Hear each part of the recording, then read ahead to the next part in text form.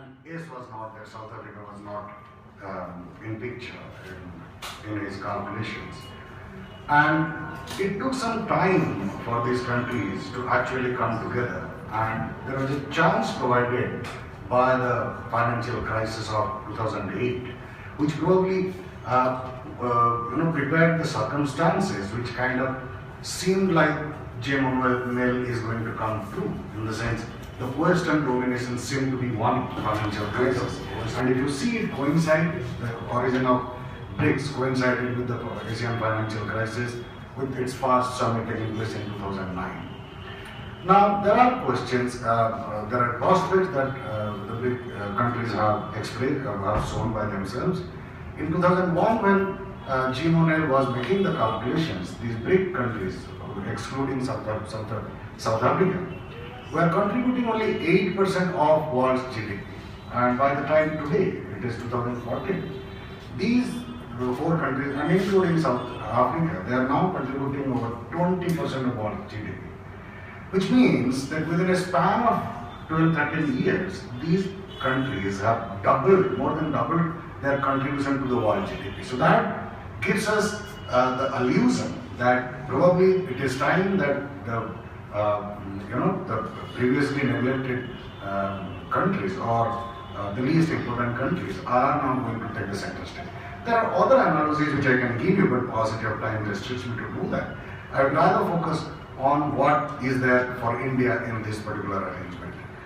Now, if you follow the track in a sense, if you follow the declarations that have taken place during the BRICS summits, from the first summit in 2009 till the last summit in 2014, you will see the agenda of BRICS has expanded and expanded exponentially.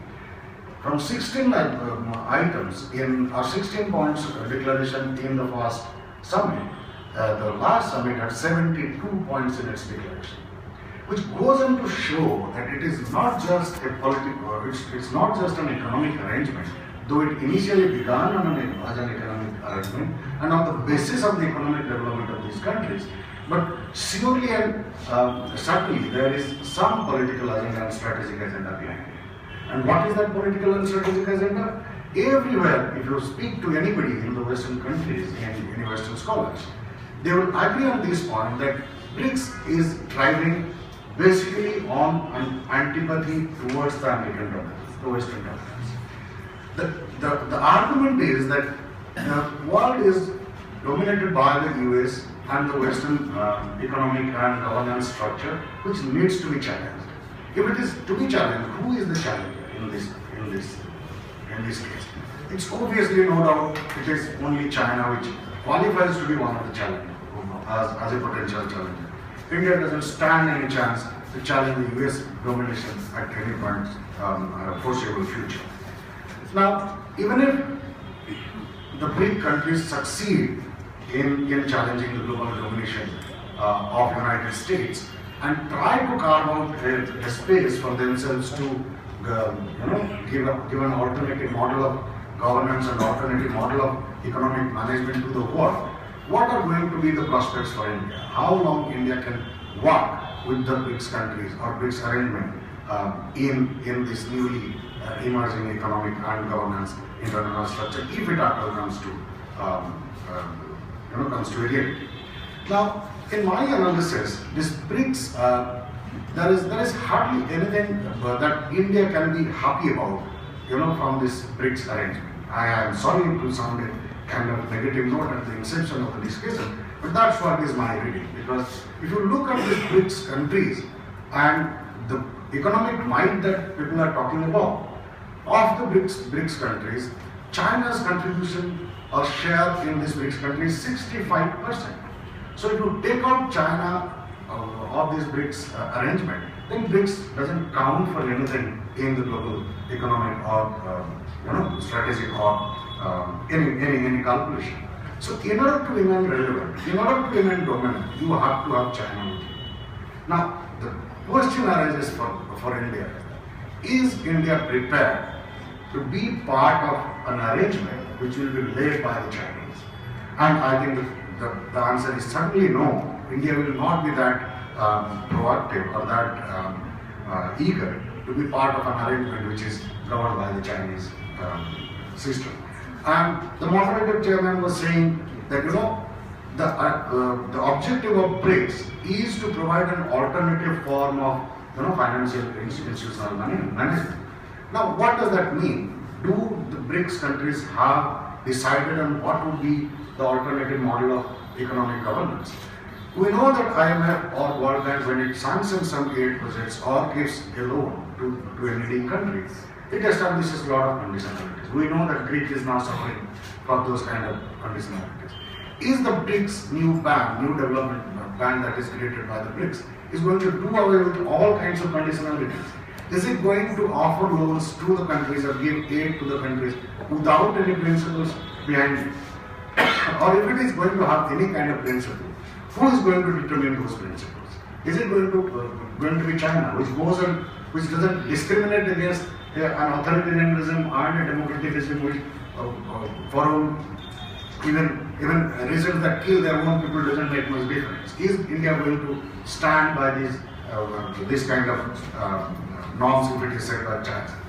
The second question that needs to be answered is that if in the event of BRICS taking a good shape, and China taking the leadership, and the other countries are there, is India going to be part of the global worldview that this BRICS is going to present to the world? Because in terms of worldview, I seriously doubt that these countries can ever articulate a worldview which will be universally accepted by all these BRICS countries to begin with, let alone the entire world accepting that. Because the worldview of China, the worldview of India, the worldview of Russia differ substantially from each other. So there doesn't seem to be any unanimity that these countries can have among themselves, in a longer period of time. Now, coming to probably the last part of my presentation to begin with. Now, if you look at the BRICS initiative and the initiatives that have been taken by the most dominant country in this arrangement, that is China, you will see that it is Chinese agenda that is being played from the back. In 2013, when the idea of setting up this new development bank, the BRIC bank, was mooted, China very well realized that India is not going to allow China a domination of this particular bank. And its Chinese apprehensions came true. In 2014, when the modalities were being discussed, India objected to any chance of China dominating the bank and forced others to accept the principle that all the 5 countries will be equal contributors to this particular bank. Now, what did China do? As the moderator sir was saying, China immediately with the immense amount of foreign currency reserves that it has, initiated the new bank called the Asian Infrastructure and Investment Bank. Now, don't look at this Asian Infrastructure and Investment Bank just as an economic initiative. Please keep in mind that China has also launched another massive project that is going to change the geopolitics of the 21st century, that is called the One Road and One Belt initiative, which talks about connecting China in the sense keeping China at the center of an economic arrangement which extends to the Europe and extends to Africa and also crosses the Pacific. Now, if these two initiatives, the AIIB, that is Asian Infrastructure Investment Bank, and the One Road and One Belt initiative actually become successful, which I have no reason to doubt, because BRICS Bank, though its membership is open, we have not seen any enthusiastic other country to become part of this bank. But the moment China opened up the membership of AIIB, 58 countries have already pledged to be part of this initiative. And coming to the One Road, One Belt, One Road initiative, all the countries are eager to be part of it. Only India is kind of dragging its feet. Now, India cannot prevent these two initiatives from being initiated by China and seeing them be successful. Now, in this scenario, when the Chinese actually dominate the region to begin with, what is India's alternative?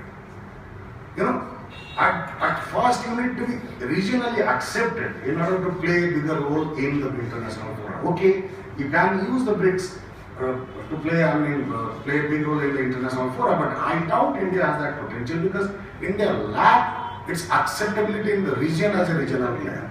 And this doesn't have an economic reason, it has a structural reason, it has a political reason, and it has a historical reason, because all the countries that surround India in the South Asia or in the region have a baggage of history which are negatively related to India, and no country around India wishes to be identified with the Indian leadership. So in these kind of conditions, I do not see any major advantage for India to gain from this BRICS success. The only advantage it can, as the moderator said, that it can tap into the Chinese economy if it wishes to. Thank you.